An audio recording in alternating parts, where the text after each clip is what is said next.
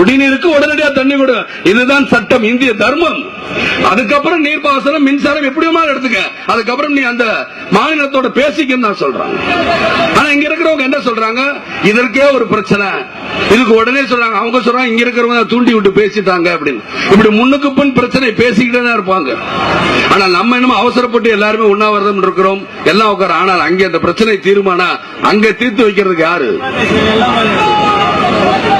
இங்க உடனே நடிகர்களும் திரையுலகத்தை சேர்ந்த உண்ணாவிரதம், அங்கேயும் உண்ணாவிரதம்.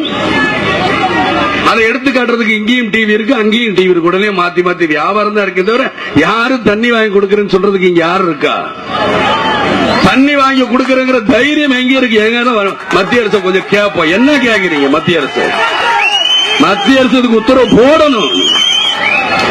அது செஞ்சாலும் உருப்படுமே தவிர, இல்லைன்னா நம்ம இப்படியே மேடை போட்டுக்கிட்டு இருக்க வேண்டியதான், பேசிக்கிட்டே இருக்க வேண்டியதான், உண்ணாவிரதம் இருக்க வேண்டியதான், நடிகர்லாம் கூட வேண்டியதான், அப்படியே போய்கிட்டு இருக்க வேண்டியதான். ஆக உணர்வு இருக்கணும், உணர்வுகளோட எதையுமே சாதிக்கணும், செய்யணும். ஏன் இதெல்லாம் நான் இவ்வளவு நேரம் பார்த்துக்கிட்டே இருக்கேன் எல்லாரும் சொல்றாங்க.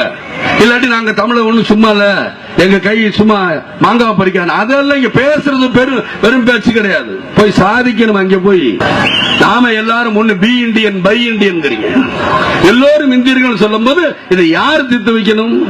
சரி, ரெண்டு மாநிலத்துக்குள்ள பிரச்சனை வந்தா யார் தீர்க்கணும்? மத்திய அரசு தான் தீர்க்கணும். மத்திய அரசு முறையா இருக்கணும். ஆனா கூட்டணிங்கிறோம், எல்லாம் வைக்கணும். ஆனா என்ன இருக்கு? ஒண்ணுமே கிடையாது.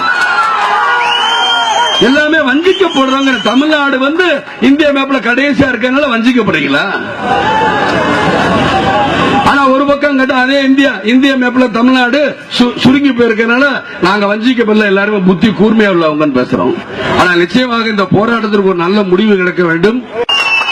இந்த போராட்டங்கள் போராட தயார். தமிழ்நாட்டு மக்கள் போராடி அழுத்து போய் தான் இருக்கிறாங்க. ஆனால் அதற்கு விமோசனம்